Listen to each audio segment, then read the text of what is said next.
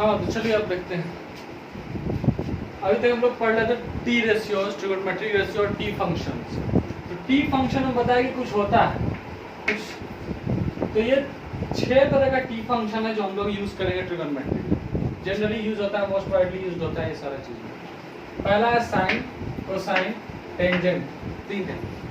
इन तीनों का रिवर्स है। साइन का उल्टा होता है कोसाइन, सॉरी कोसेकाइन, कोसाइन का उल्टा होता है सेकेंड, टेंजेंट का होता है कॉन्टेंजेंट। अब इस समझ नहीं पा रहे हैं, नया नया चीज आया। तो ये जो है तो इसका कुछ वैल्यू होगा जो हम आगे चल के ट्रायंगल में निकालेंगे। तो साइन को हम लोग लिख लेते हैं SIN शॉर्ट फॉर्म में, कोसाइन को लिखते हैं cos और टेंजेंट को लिखते हैं tan। ठीक है। इसी तरह से हम लोग कोसेकाइन को लिखते हैं COSEC कोसेक, सेकेंड को लिखते हैं SEC सेक और कॉन्टेंजेंट को लिखते हैं कॉटेंजेंट को COT कॉस। तो ये जो है ये हमेशा इसका उल्टा होता है, मतलब इसका वैल्यू अगर 10 आएगा तो इसका 1/10 आएगा, इसका 5 आएगा तो 1/5 आएगा। ठीक है, इस तरह से देखते हैं। खास बात क्या है कि 6 के अलावा भी है कुछ। Each of these has an inverse function. ये सब जो है साइन, कोसाइन, टेंजेंट सबका जो वैल्यू होता है उसका कुछ इनवर्स फंक्शन भी होता है। इनवर्स हम लोग पढ़े हैं, खास करके एक्सपोनेंट चैप्टर में मिला है। तो हम लोग देखते क्या है कि साइन का इस तरह से लिखते हैं साइन इनवर्स, पढ़ना नहीं है अभी, आगे चल के हायर क्लासेस में पढ़ना है। दूसरा लिखते हैं कोसेकाइन का इनवर्स, मतलब कॉस इनवर्स। ठीक है, यहाँ तक आप लोग समझ लीजिए अच्छे से। उसके बाद क्या है कि कुछ एंगल जो है ये, इसको हम लोग जनरली बोलते हैं एंगल ए या एंगल सी, लेकिन अब जो हम लोग बोलेंगे इस एंगल का नाम कुछ लेंगे हम लोग। ठीक है, तो इसको जैसे इसमें कुछ टर्म फिजिकल क्वांटिटी है, जैसे हम लोग पढ़ते हैं ABCD, वैसे ही कुछ और दूसरे लैंग्वेज का, ग्रीक से लिया हुआ है ये 3 अल्फा बीटा गामा, और भी किसी से। तो थीटा जो है जिसका मतलब होता है TH दूसरे लैंग्वेज, थीटा जो हमें सिंबल के रूप में यूज करते हैं कि ये एंगल जो है एंगल ए नहीं होके एंगल थीटा, एंगल ए भी है लेकिन एंगल थीटा, क्योंकि साइन के साथ लिखने में वो आसान होता है, आगे चल के देखेंगे। दूसरा फाई का यूज करते हैं, थीटा लिखने के लिए गोल करते हैं, बीच से उसको काट देते हैं। फाई लिखने के लिए क्या, गोल करके ऊपर से नीचे हाफ पूरा बाहर से बाहर तक काटते हैं। फिर अल्फा आप जानते हैं, बीटा भी जानते हैं और गामा भी जानते हैं, मिला हुआ है फिजिक्स में। तो ये जो है यहाँ तक आपका था ट्रिगोनोमेट्री से नया चीज जो अभी तक आप लोग मतलब 8th क्लास तक नहीं मिला था। और ये चैप्टर इंपॉर्टेंट है क्योंकि 9th वाला जो जिसके लिए भी ट्रिगोनोमेट्री है उसका बोर्ड है, चाहे ICSE में 9th में भी बोर्ड होता है, प्री बोर्ड होता है, 10th में भी बोर्ड होता है, 10th में CBSE वाले पे आता है तो उसका भी 10th में बोर्ड है। तो इंपॉर्टेंट चैप्टर है और अच्छा खासा वैल्यूएशन रखता है। इससे रिलेटेड एक और चैप्टर है जिसका नाम है हाइट एंड डिस्टेंस, वो भी 7-8 मार्क्स का वैल्यूएशन रखता है बोर्ड एग्जाम में, परसेंटेज मार्क्स। तो इससे पढ़ना, इसको अच्छे से समझना जरूरी है। चलिए सब चीज नहीं आता, आप पुराना चीज देखते हैं, पाइथागोरस थ्योरम, इसको रिवाइज,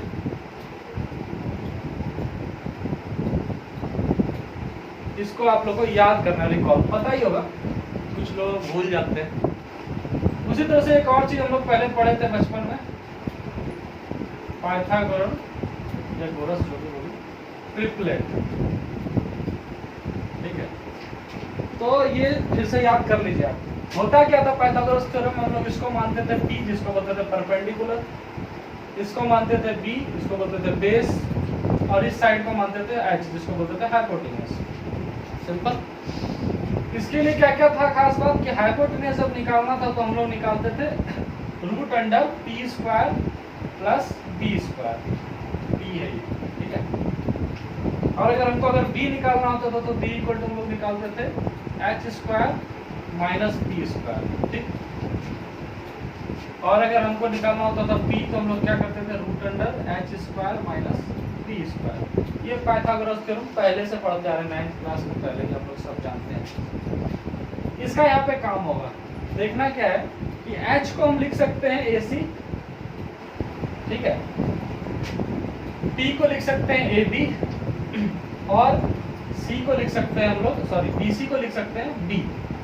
तो इस तरह से हम एक को चेंज करके देख लेते हैं। H के जगह पे हम लोग लिखेंगे, अगर AC लिखेंगे तो AC इज इक्वल टू हो जाएगा √AB² प्लस BC²। ठीक है, इस तरह से हम सबको चेंज कर सकते हैं। फर्क कुछ नहीं है, बस इसलिए ऐसा बताया गया क्योंकि ये P और B का जो वैल्यू है ना, चेंज हो जाएगा आगे चल के। चलिए अब देखते हैं। इतना ये तो आप जानते ही हैं, इसको बिठा देते हैं इधर, भले बचा रहे।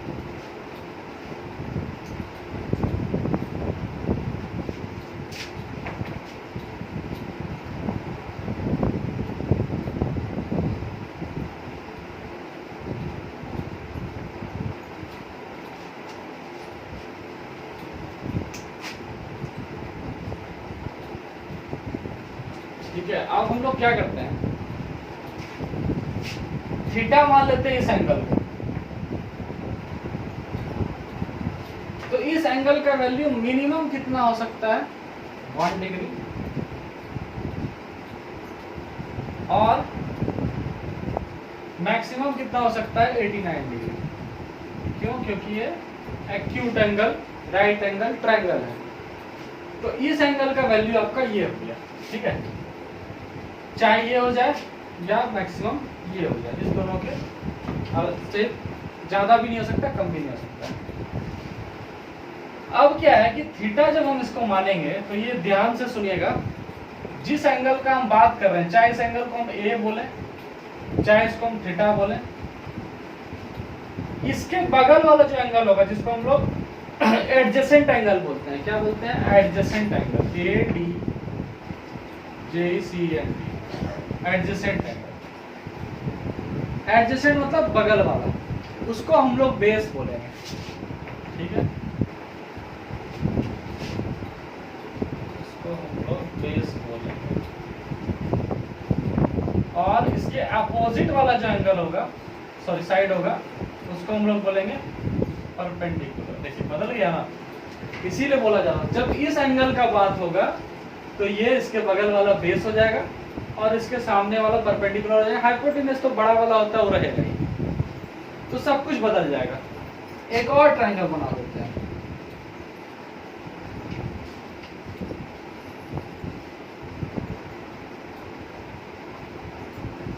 ठीक है, इसमें हम थीटा इस एंगल को मान लेते हैं, इसमें हम थीटा इस एंगल को मान लेते हैं, चाहे इसका जो भी वैल्यू हो थीटा का। अब क्या करते हैं कि इस थीटा को जब हम मान लेते हैं तो इसके लिए क्या हो जाता है, बगल एडजेसेंट एंगल ये है तो बेस ये हो जाएगा, और अपोजिट साइड ये है, एडजेसेंट साइड है, सॉरी एंगल नहीं है, अपोजिट साइड क्या ये है तो ये हो जाएगा परपेंडिकुलर। देखिए दोनों में कुछ डिफरेंस नजर आ रहा होगा आपको। वैल्यू तो दोनों में थीटा का यही रहेगा, 1 से बड़ा या बराबर, क्या बोलते हैं, 1 से बड़ा या बराबर, और 9 से बराबर या छोटा, ये रहेगा। अब क्या है कि देखिए फर्क क्या पड़ता है कि इस जब हम इस एंगल का बात करते हैं, एंगल ए का, तो मेरे लिए परपेंडिकुलर ये हो जाता है और बेस ये हो जाता है, या फिर एंगल थीटा बोल सकते हैं इसको। दोनों एक ही चीज लिखाएगा, हम उसको ए भी लिख सकते हैं, हम उसको थीटा भी लिख सकते हैं। आगे चल के लिखना कैसे है वो भी देख लेंगे, लेकिन ये वैल्यू बदल जाएगा जब हम इस साइड, इस वाले एंगल का बात करेंगे, इसको छोड़ देंगे तो इसके लिए P और B का वैल्यू बदल जाएगा, H सेम रहेगा। ठीक है, अब देखिए थीटा जो है इसका क्या फायदा, थीटा को कैसे लिखेंगे हम लोग आगे। तो थीटा लिखने के लिए क्या करते हैं हम लोग, 6 तरह का एंगल है हमारे पास, सॉरी 6 तरह का फंक्शन है। साइन के साथ थीटा लिखते हैं, साइन थीटा। कॉस के साथ लिखते हैं, कॉस थीटा। सेक के साथ लिखते हैं, सेक थीटा। कॉट के साथ लिखते हैं, कॉट थीटा। टेन के साथ लिखते हैं तो टेन थीटा। और क्या बच गया, कॉसेक के साथ लिखते हैं तो कॉसेक थीटा। इस तरह से लिखते हैं। तो कहने का मतलब अगर हमको इस एंगल का नाम लिखना होगा कि कौन सा एंगल है, तो इसको हम लोग लिखेंगे, इसका फंक्शन होगा साइन थीटा। एंगल तो यही रहेगा लेकिन इसका फंक्शन हो जाएगा साइन थीटा। अब थीटा का वैल्यू क्या हो सकता है, 2 डिग्री हो सकता है, 1 हो सकता है, 3 हो सकता है, 40 हो सकता है, 30 हो सकता है, 60 हो सकता है, लेकिन 90 से कम होगा। ठीक है, इस तरह से हम लोग थीटा का वैल्यू देखेंगे। तो इसको देख लीजिए, कुछ काम का लग रहा है तो उतार लीजिए।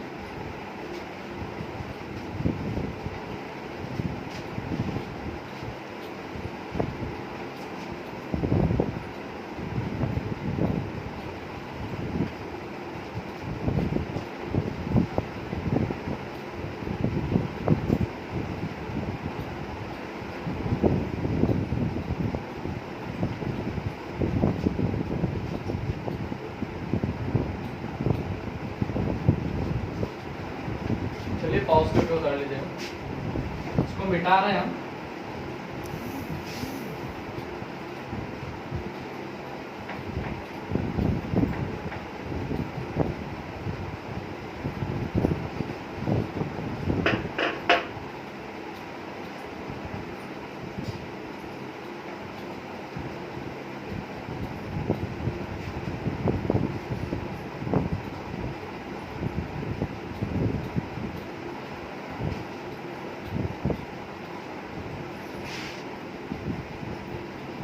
देखिए अब हम लोग ट्रिगोनोमेट्रिक फंक्शंस लिखे थे।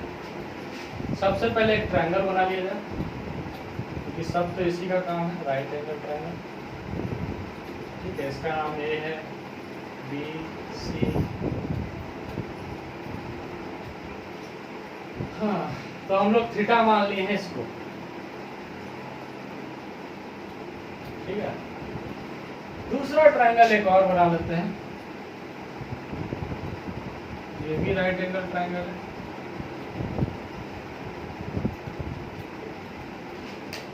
ठीक है, इसमें हम लोग चेंज क्या कर रहे हैं कि इसको नहीं मान के थीटा इसको मान ले रहे हैं, क्योंकि ये थीटा ऐसे भी लिख सकते हैं। तो जब हम इसको थीटा मान रहे हैं तो हम थोड़ी देर पहले बताए कि मेरा इसके अपोजिट वाला जो होगा वो परपेंडिकुलर होगा, इसके बगल वाला जो होगा वो बेस होगा, और इसके सामने वाला जो इसके अलावा जो होगा वो हाइपोटेन्यूस होगा। हमेशा हाइपोटेन्यूस बड़ा होता है बाकी दोनों साइड से। इसके लिए जस्ट अपोजिट हो जाएगा, इसके अपोजिट वाला पी हो जाएगा परपेंडिकुलर, एंगल के अपोजिट सामने वाले साइड, और इसके बगल वाला एडजेसेंट साइड ये क्या हो जाएगा, बेस हो जाएगा, और हाइपोटेन्यूस तो है ही। अब देखिए कितना फर्क पड़ा वो दिखाते हैं। जैसे मान लीजिए हम लोग अभी 6 तरह का ट्रिगोनोमेट्रिक फंक्शन पढ़े। साइन थीटा मतलब साइन ए, वही बात हुआ, ए एंगल है वो थीटा है, कॉस थीटा और टेन थीटा, इसी का 15 और इधर भी लिख लेते हैं हम क्या, साइन थीटा, कॉस थीटा और टेन थीटा। दोनों डिपार्टमेंट अलग अलग, दोनों देखते हैं क्या होता है। साइन थीटा का वैल्यू होता है कुछ, ठीक है।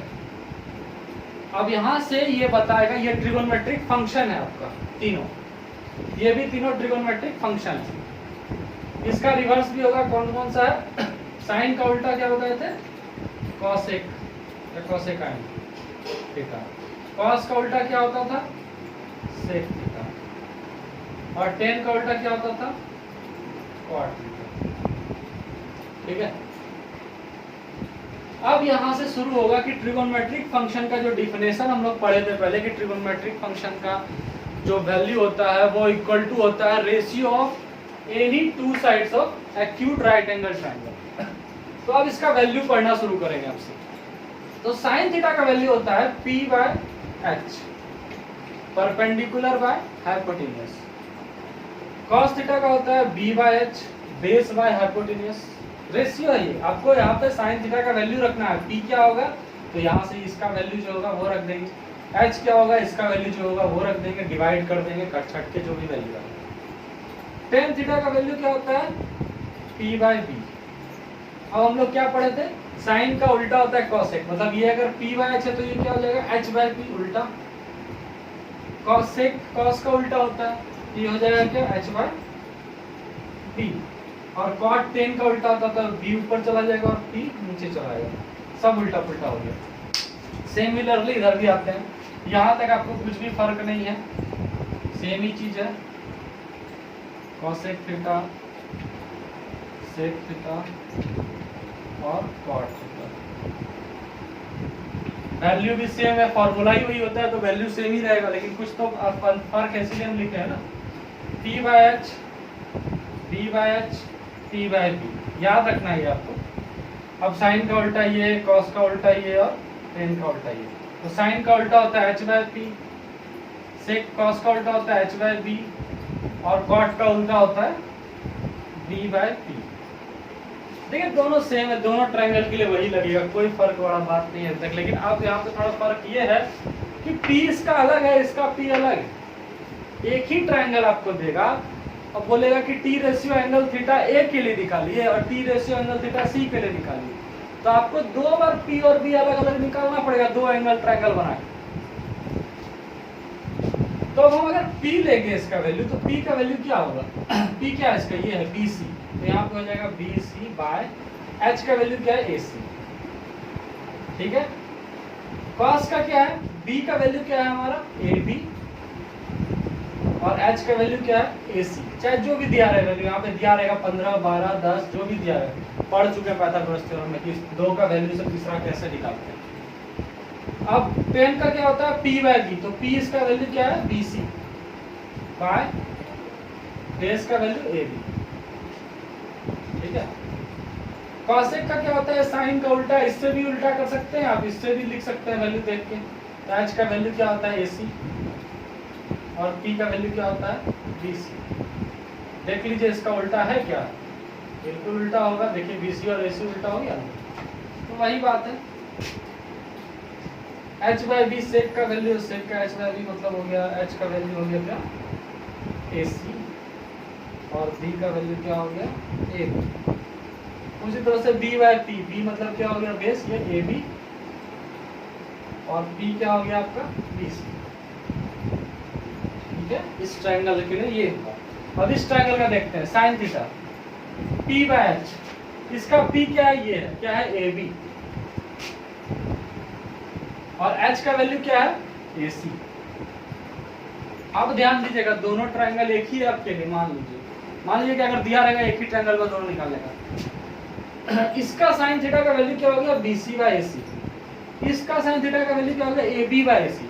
दोनों का वैल्यू तो अलग अलग आएगा किसी भी हालत में। तो यही हम दिखाना चाहते हैं कि जब किस एंगल का बात करेगा तो फिर क्या रेशियो होगा, और किस एंगल का बात करेगा तो क्या रेशियो होगा।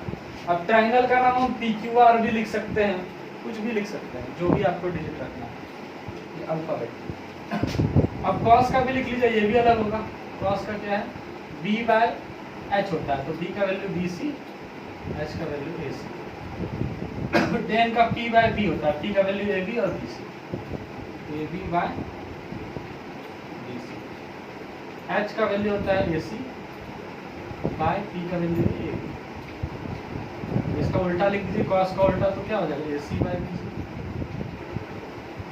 cot tan का उल्टा लिख दीजिए, tan का क्या? AB बाय BC, तो क्या हो जाएगा? AC by AB। चलिए अब कुछ समझ में आया होगा। ये है ट्रिगोनोमेट्रिक फंक्शंस 6 गो, ये है उसका रेशियो। तो आपका हर का रेशियो याद रखना है, ये फिक्स है कि आपका फॉर्मूला है कि साइन का वैल्यू P बाय HB होगा किसी भी राइट एंगल ट्रायंगल में। कितना भी वैल्यू दिया रहे, 500, 1000, कुछ भी दिया रहे, 2, 4, 6, 8, ये हमेशा फॉर्मूला यही लगेगा। आपसे पूछा जाएगा साइन थीटा, तो आप हमेशा P और H पता लगाना है आपको। सबसे पहले पता लगाना है कि एंगल कौन सा दिया है, उस हिसाब से P और D बदल जाता है। cos का फॉर्मूला ये हो जाएगा, tan का फॉर्मूला ये हो जाएगा, cosec का ये हमेशा रहेगा। तो ये है ट्रिगोनोमेट्रिक फंक्शन, ये है उसका रेशियो। ठीक है। इस तरह से ये तो सेम ही है, क्या लिखना है? दोनों तरफ सेम ही फॉर्मूला है। यहाँ तक सेम ही था, रहता ही है, किसी भी ट्रायंगल के लिए यहाँ तक सेम ही रहता है। बदल जाता है यहाँ पे, इसका वैल्यू चेंज हो जाता है क्योंकि P भी बदल जाता है एंगल के हिसाब से। जब ये एंगल का बात करते हैं, यहाँ लिख लीजिए नहीं तो शॉर्ट में, 4 angle A equal to theta, और यहाँ लिख लीजिए 4 angle C equal to theta. आसान हो, लिख के समझ लीजिए बढ़िया से, कष्ट हो बाद में पूछ लीजिए।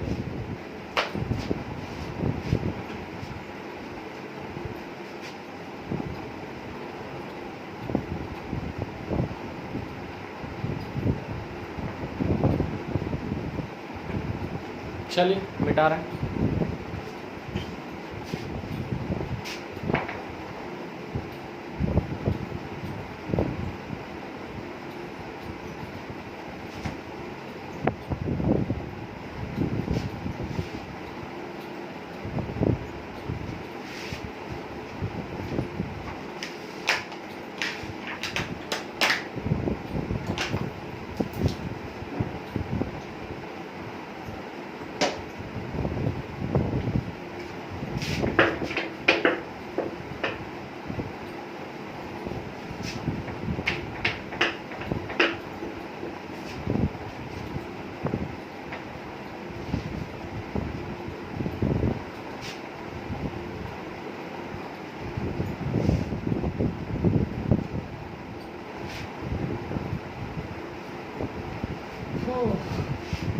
अब एक क्वेश्चन बनाते हैं कि टी रेशियो होता है। क्वेश्चन आएगा कैसे, क्या है क्वेश्चन?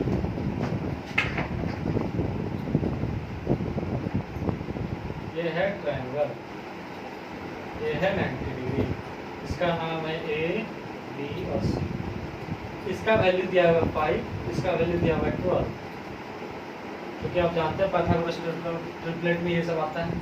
तो सबसे पहला काम है आपको इसका वैल्यू निकालना। क्वेश्चन आपके पास क्या है? Find all the T ratios for angle A equal to theta as well as for angle C equal to 5। देखते हैं, ये क्वेश्चन है, क्या बोल रहा है? ये राइट एंगल ट्रायंगल है, एंगल ए को हम थीटा मान लेंगे, आसानी से मान सकते हैं, और एंगल सी को हम लोग 5 मान लेंगे। आपको सब रेशियो पूछ रहा है, अभी हम जितना बताए 6 तरह का। तो हम करेंगे कि सबसे पहले मेरा क्या स्टेप होगा, ये निकालना है, हमको पता नहीं है हाइपोटेन्यूज। तो पाइथागोरस थ्योरम से हम जानते हैं हाइपोटेन्यूज इक्वल टू क्या होता है? P square plus P square. अब ये पी हो चाहे ये पी हो, दोनों का उल्टा पुल्टा भी होगा तो यही लगेगा। तो हो जाएगा क्या? 5 स्क्वायर प्लस 12 का स्क्वायर हो जाएगा 25 और प्लस 144 रूट अंडर 169, जिसका वैल्यू हो जाता है 13। तो मतलब इसका वैल्यू क्या निकल गया मेरा? एसी का वैल्यू 13। अब हम क्या करेंगे? साइड में लिख लेंगे AC is equal to 13, AB is equal to 5 और BC इज इक्वल टू 12। ठीक है। अब हम पहले की तरह काम करेंगे, क्या करेंगे? 4 angle A equal to theta और 4 एंगल C इक्वल टू 5।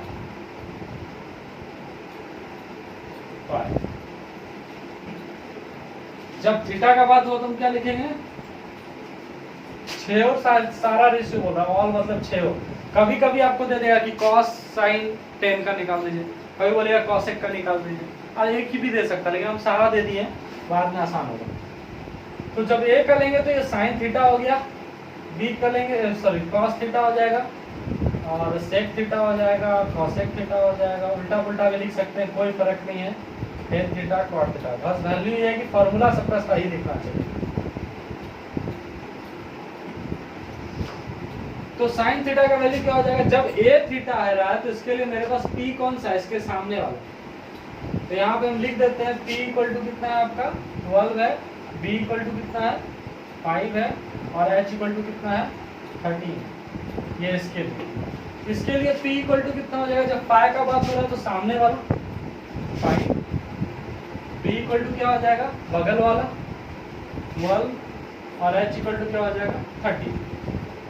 ठीक है, आसानी से बन जाएगा, कोई टेंशन नहीं है। इसको लिखना है sin 5, थीटा नहीं लिखना है।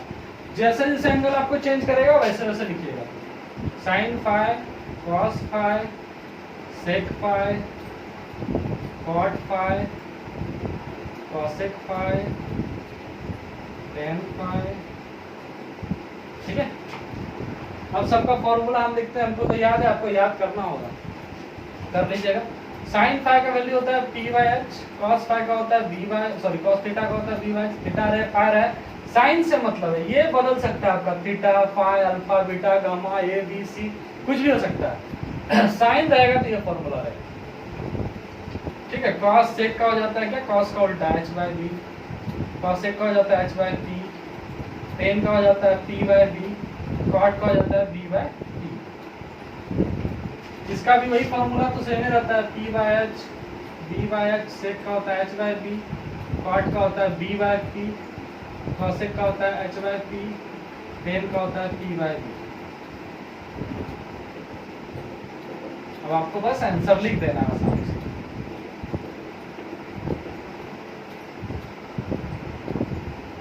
देखिए सबका पीवीएच दे दी है, कितना आसान तरीका है। पी का वैल्यू कितना है 12, एच का वैल्यू कितना है 13, तो ये एक आंसर हो गया। बी का वैल्यू कितना है 5, क्या है 13, ये दूसरा आंसर हो गया। सेक थीटा का वैल्यू क्या होता है h बाई बी, एच का वैल्यू 13, बी का वैल्यू 5, ठीक है। कॉसेक का h बाई बी मतलब 13 बाय 12, टेन का p बाय बी मतलब 12 बाय b का वैल्यू 5, कॉट का b बाय b मतलब 5 बाय 12। तो ये आपका 6 आंसर हुआ और अगला 6 इधर है। इसके लिए p का वैल्यू क्या है 5 by 13, p bye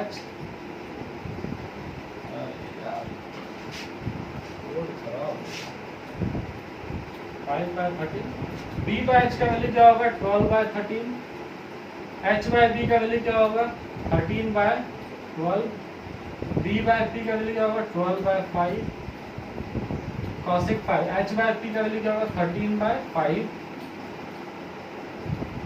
p bye p क्या होगा 5 बाय 12। देख लीजिए कुछ गलती फलती नहीं हुआ हो, बढ़िया से चेक करिए, सब अलग एक दूसरे से मतलब सही है, ठीक है।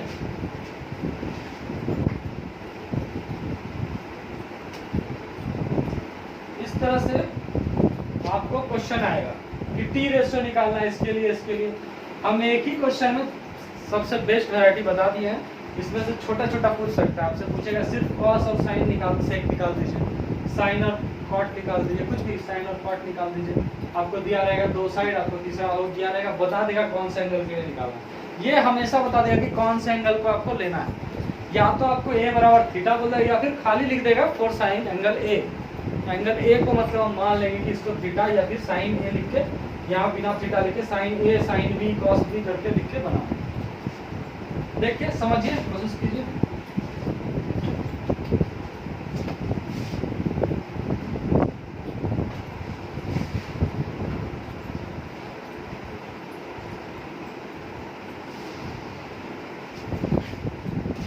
ठीक है, चलिए सिंपल टी रेशियो यही था।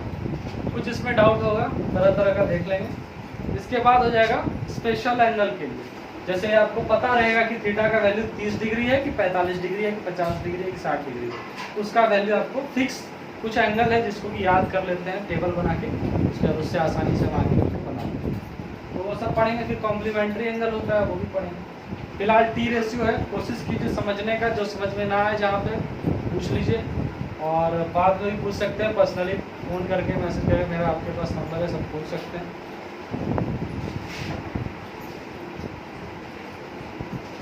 ठीक है, पॉज करके उतार लीजिए जहाँ पे भी दिक्कत हो, स्क्रीनशॉट भेज दीजिए पॉज करके, जहाँ पे जो समझ में नहीं आया राउंड करके व्हाट्सएप पे क्लियर कर देंगे। कोशिश कीजिए कि कुछ हद तक समझ में आ जाए, बनने लगे क्वेश्चन। चैप्टर नया है, 2-3 बार बनाना है। ये खास करके ऐसा चैप्टर है जो कि अगर आप आईसीएसई के स्टूडेंट हो तो आप ये नहीं बोल सकते कि हम जैसे कि हम बहुत बना लिए हैं, मेरा सीबीएसई वाले से तो बहुत अच्छा है।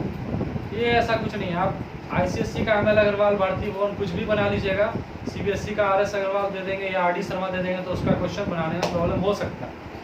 इसलिए बेसिक जरूरी है। अगर बेसिक ठीक है तो कोई भी बुक से बन जाएगा, क्योंकि 10 में आने के बाद कुछ चैप्टर ऐसा है जो कि सीबीएसई आईसीएसई को एकदम बराबर लेके चलता है। 9 तक तो आगे पीछे चल लेते हैं, कुछ चैप्टर एक्स्ट्रा है आईसीएसई में, लेकिन ये चैप्टर ऐसा है जो दोनों को बराबर लेके चलता है और इम्पॉर्टेंट चैप्टर है। अगर अभी पढ़ लीजिएगा, अगर कम्पिटिटिव एग्जाम में आगे फ्यूचर में पढ़ना है या फिर जो भी करना है, ये चैप्टर इम्पॉर्टेंट है। एडवांस मैथमेटिक्स का पार्ट है, बहुत काम देगा कम्पिटिटिव एग्जाम में भी। ठीक है, ध्यान से समझिए, पूछिए, फिर से देखते हैं कहीं कुछ दिक्कत हो गया, कुछ दिख नहीं रहा है, कुछ भी बात है बता दीजिए। चलो ठीक है, बात।